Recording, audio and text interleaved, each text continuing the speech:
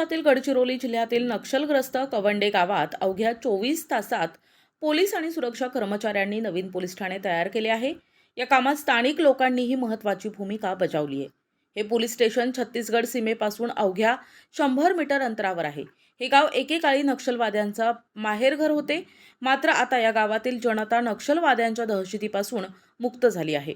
महाराष्ट्र पोलिसांचे C60 commando, bomb निकामी पथक आणि 500हून अधिक पोलीस कर्मचाऱ्यांनी संयुक्तपणे हे पोलीस ठाणे उभारले आहे। यासोबतच या परिसरातून नक्षलवाद्यांचं अस्तित्व असलेले स्मारक पाडून टाकण्याचेही प्रयत्न सुरू झालेत। छत्तीसगड सीमेवर वसलेल्या महाराष्ट्रातील कवंडे गावाचं चित्र येत्या काही महिन्यात बदलेल, असे पोलीस अधीक्षक निलोत्पल सांगतात। निर्मूलनाचे प्रयत्न सुरू आहेत। छत्तीसगड सीमेवर वसलेल्या महाराष्ट्रातील कवंडे गावचा चेहरा पुढील काही महिन्यात बदलेल, असे पोलीस अधीक्षक निलोत्पल सांगतात। या पोलीस ठाण्याच्या उभारणीत स्थानिकांचाही महत्त्वाचा वाटा आहे। हे विशेष, पोलीस आणि सुरक्षा कर्मचाऱ्यांच्या सोबतीनं त्यांनी हे काम यशस्वी केलंय। NTV news Marathi, Gadchiroli.